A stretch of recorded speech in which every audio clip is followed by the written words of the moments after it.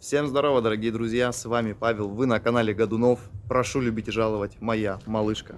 Тема не по долям, тут надо решать вопросы, не вся эта болтовня. А белым делом открывали я глаза.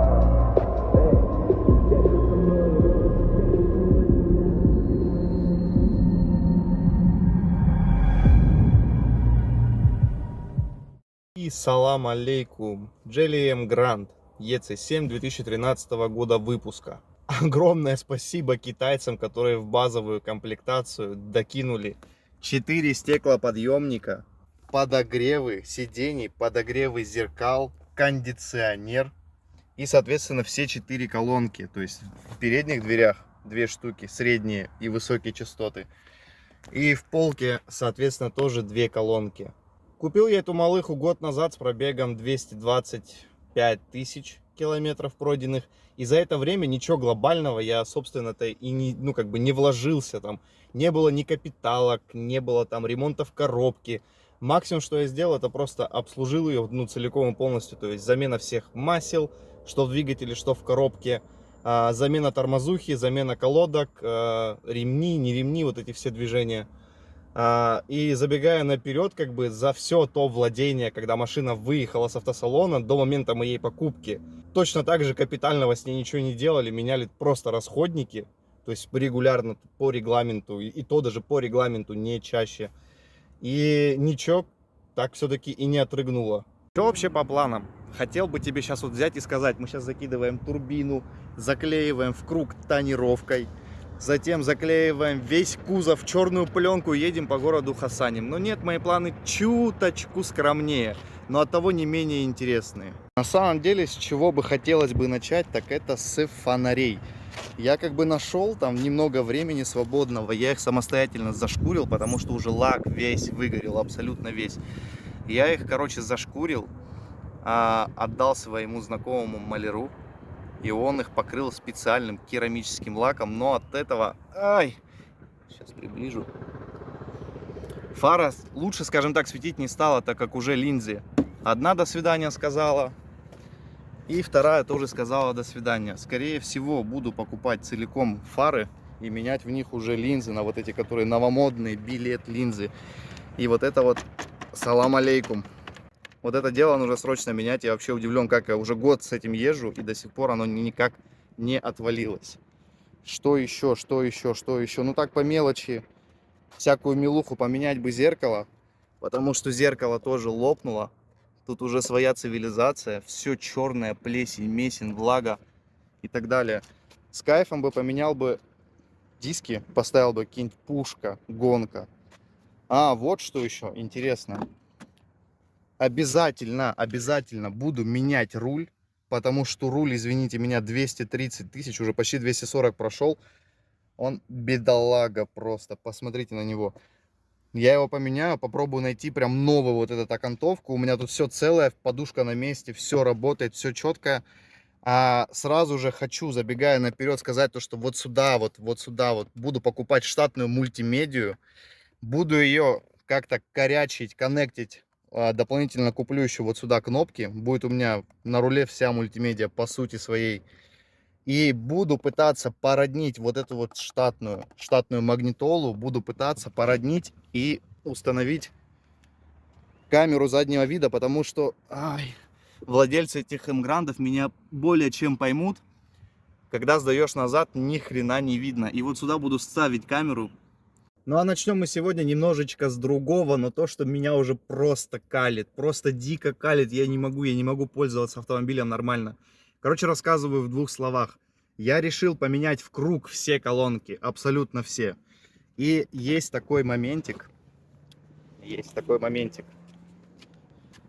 Багажничек, прошу прощения за беспорядок. Багажничек, он держится вообще тут на торсионах. Вот тут вот стоит 2 перекладины, и по заводу тут стоят торсионы. Вот, соответственно, сами колонки, под них выпиливалось новое отверстие, ну как разрезалось то, что было. Вот, если я найду у себя старые колонки, я, соответственно, сюда фотографию вставлю. И торсионы, соответственно, уже конфликтовали между собой, торсионы и колонки. И, соответственно, сегодня будем сюда корячить и колхозить газовые упоры. Я, к сожалению, в интернете нигде не нашел, какие газовые упоры, какой фирмы, то есть никакой длины, никакой мощности, ничего не нашел. Будем все это дело ставить, будем все это дело искать, проверять, устанавливать. Короче, приятного аппетита, ребят, приятного просмотра. Итак, к замене газовых упоров я решил подойти комплексно, поэтому сразу же будем устанавливать упоры и на капот. Я уже, в принципе, открыл, приценился, где что будет стоять. У нас уже есть заводские отверстия. Вот одно на капоте и второе на крыле. Это чтобы лишнее ничего не дырявить, потом не замовиливать, не закрашивать и так далее. Вот есть отверстия, расстояние между ними, между этим и этим отверстием при полном открытии капота 600 миллиметров. В принципе, подойдут сюда газовые упоры от ВАЗ-2111. И, соответственно, сейчас поедем покупать сами газовые упоры. Возможно, будем докупать какие-то универсальные крепления для того, чтобы это все четенько встало, все красиво. Ну и, соответственно, в результате уже после того, как установим капотные газовые упоры, займемся, соответственно, багажником. Единственный небольшой нюанс. Я не знаю, какая сила нужна в ньютон-метрах для того, чтобы вот эту вот крышку поднимать и держать. Поэтому, ну, если этот самый ладовские не подойдут, будем что-то искать аналогичное. Но главное, чтобы размер самого упора был не более 600 миллиметров. Так, ну, а что по багажнику-то? Пойдем. По багажнику картинка следующая. Вообще, изучив всю эту данную информацию, рекомендуют убирать упоры для торсионов. Я вот думаю, скорее всего, будем врезаться как раз таки изначально вот в это получившееся отверстие и в стенку багажника. Вот сюда. Вопрос, с какой стороны от этого болта, потому что крепление как раз либо будет мешаться упор крепления торсионов. Вот. Может быть, будем его спиливать. Но там как бы по месту уже посмотрим. По длине получается от стенки до вот этого крепежа 295-300 миллиметров. Прям там вплоть до миллиметра я как бы не измерял. Но вроде как вот в этом диапазоне 295-300 миллиметров. Соответственно, сюда очень хорошо залетят газовые упоры багажника от Калины 11-18. И получается, большой русский брат нас выручает. Ладно, поехали покупать и будем устанавливать.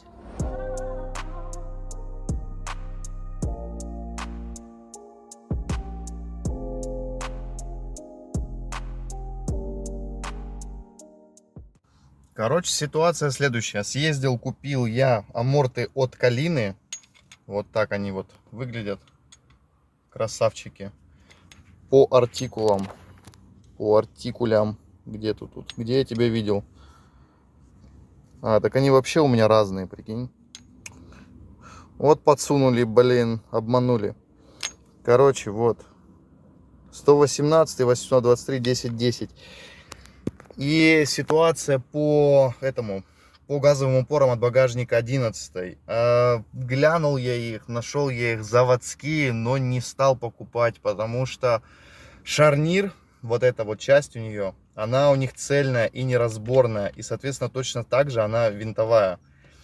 Это мне дело не подошло. Я в соседний магазин зашел и купил газовый упор от Логана 2 по размеру, плюс-минус то же самое. Мне нужно было 600 миллиметров, это 590 или 599.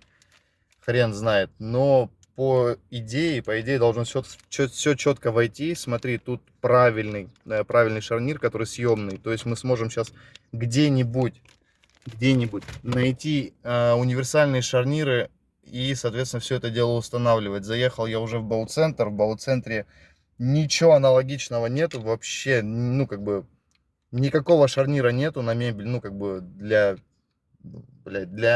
мебельных подъемников. Сейчас поеду в Костораму, в Леруа, и, к сожалению, сегодня воскресенье, сегодня все вот эти магазины с мебельной фурнитурой не работают, можно было бы заехать в них. Если уже ничего не найду, то буду заказывать, скорее всего, на Озоне или в Wildberries. Вот, а так бы этого делать не хотелось, потому что ждать как минимум до конца следующей недели. Вот такие дела.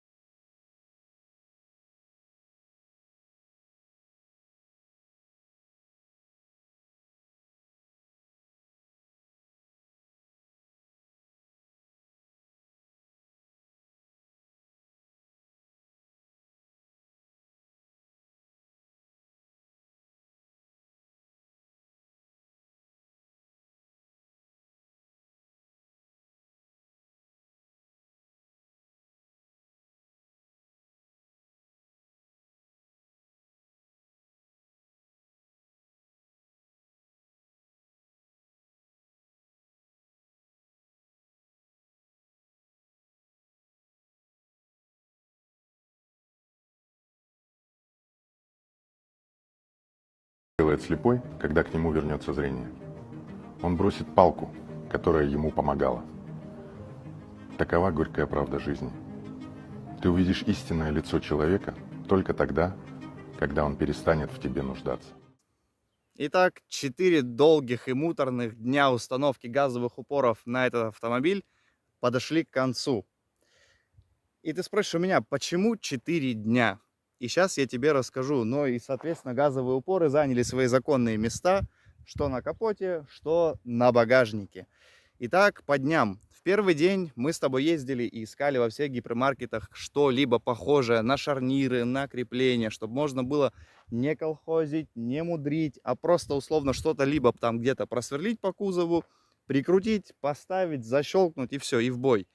Но немного так не вышло. Покатавшись по гипермаркетам, я понял, что никаких шарниров, даже близко автомобильных, нет. Максимум, что можно найти, это шарниры от кухонных газовых опор, которые держат, небольшой спойлер, не более 150 ньютон. И когда я решил установить на капот, мой газовый амортизатор от Логана 2 его просто вывернул практически в узел. И так закончился первый день. А на второй день я, походив, поразмыслив, наткнулся на металлический уголок 25 на 25 миллиметров. И решил, что было бы неплохо, наверное, и то, что он будет держать большую нагрузку, сделать же крепление для газовых упоров, точнее для капота из него, из уголка 25 на 25 миллиметров. По толщине точно не подскажу, сколько, но точно знаю, что 25 на 25 миллиметров. И в момент номер 2, изначально в то положение, в которое я хотел поставить газовый упор, а именно, чтобы у меня крепление на крыле было в этой точке, а на капоте было в этой. Из-за вот такого большого рычага у меня просто сгинало вот в этой точке, у меня выгибался просто капот. Было принято решение поменять точки крепления, и первый день, соответственно, я занимался только крепежом для газового упора на капот. Выпиливал его из уголка, сверлил, подгонял, подтачивал. Вот, так закончился первый день. На второй день я начал заниматься уже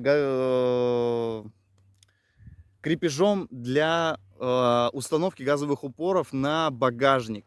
И так как уже был пройден путь вот с этими уголками, с металлическими 25 на 25 миллиметров, было принято решение сразу же уже готовить крепление для газовых упоров точно так же из них.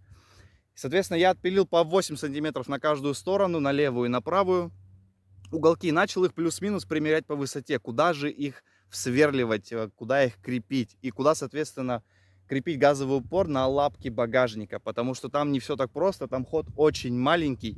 И в конце этого дня, когда я занимался багажником, у меня багажник просто в моменте не закрывался из-за того, что я неправильно выбрал точку крепления на ножке багажника.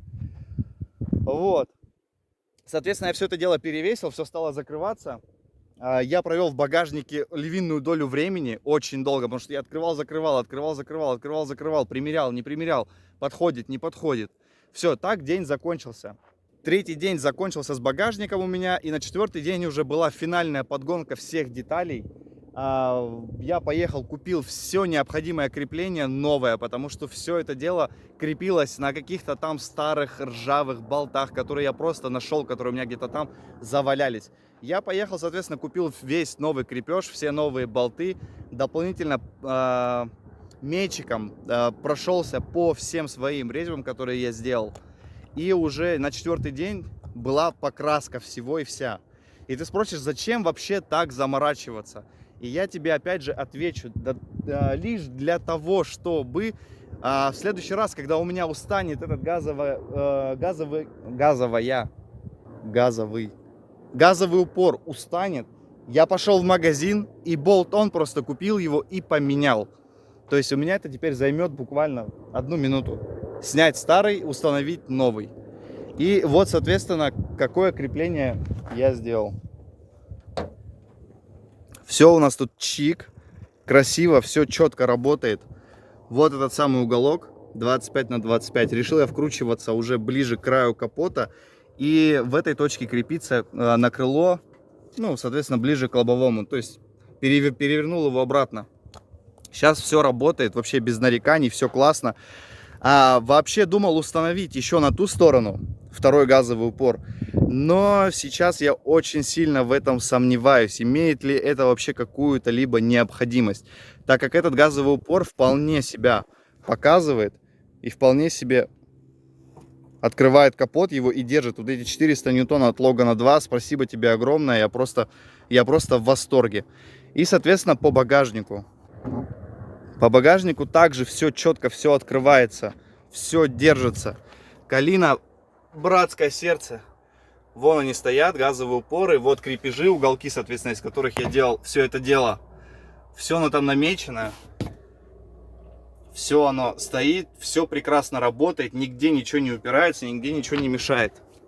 Но есть один маленький нюанс.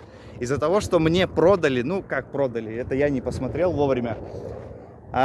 У меня два разных газовых упора. И почему-то ход у них получился, соответственно, тоже разный. Вот в этом-то и была проблема. В том, что один амортизатор работал четко, а второй амортизатор не давал закрыться багажнику. И как бы такой момент, если вдруг ты будешь приобретать на свой автомобиль газовые упоры новые, если тебе нужно будет два на одну деталь, там либо на капот, либо на багажник, обязательно проверяй, чтобы были одинаковые производители, потому что мало того, что у них может быть разная высота в миллиметрах, и это очень сильно может сказаться, так еще и немаловажный факт, что у них вообще принцип работы газового упора, он разжимается, и есть у него точка торможения, то есть плавности открывания. И так получилось, что на моих амортизаторах, на новых, так как это разные производители, у них разная точка торможения. И теперь у меня один начинает тормозить рано, а другой начинает вырываться с креплений. Вот, вопрос, буду ли я это дело устранять или нет, на сегодняшний день точно нет, абсолютно нет, я уверен. Я пока лучше придержу рукой. Второй момент, ну, это чисто так, эстетически. То есть, чтобы у тебя были идеально одинаковые два газовых упора. Подводя итоги, что бы хотел сказать. В принципе, стоило ли оно того? Я считаю, да, для меня определенно стоило, потому что так как я поменял аудиосистему, мне приходилось постоянно, если мне нужно было долго копошиться в багажнике, я постоянно возил с собой эту палку. И палкой подпирал. И был такой момент, что я задел эту палку рукой, и багажник мне так хорошенько по хребту дал, что мама не горюй, ой-ой-ой. Вот. И, соответственно, сейчас это просто must-have. Абсолютно. Да, в моем случае стоит. Имеет ли смысл заморачиваться тебе? Ну, мне кажется, сомнительно. Так как намного проще, намного быстрее было просто подобрать пружину. Там есть куча отверстий, что в багажнике, что за багажником, на крыле. Пустых отверстий, в которые можно было просто вставить пружину. И эта пружина бы просто помогала тебе как торсион его поднимать. Вот. И как бы заморачиваться настолько сильно, ну, тут на твое усмотрение. То есть я тебе показал, вот, как оно было, что оно было. То есть и делал я как бы и покрасил, и подгонял. Все так, опять же, для того, чтобы в дальнейшем уже к этому моменту уже даже не подходить. То есть все. Тут сейчас все сделано так, что ты просто идешь в магазин, если у тебя устал газовый упор. Ты идешь в магазин, покупаешь, если это багажник, ты покупаешь от Калины 100, по-моему, 18, да, уже 4 дня прошло, я уже не помню. Ты покупаешь газовый упор от Калины и просто кидаешь их за 1 минуту назад. Если же у тебя устал, если же у меня, точнее, устал передний амортизатор, я иду точно так же в соседний магазин, покупаю газовый упор на Логан 2 и точно так же за 1 минуту его ставлю. Никаких вопросов нет. Вот, собственно, все, что я хотел сказать. А так, любите свои машины, парни. Просто любите свои машины. Не экономьте на них деньги. И время, конечно же. Все, ну а кто досмотрел, огромное спасибо. Я не знаю, понравилось, ставьте лайки, подписывайтесь. Я думаю, еще увидимся. Пока.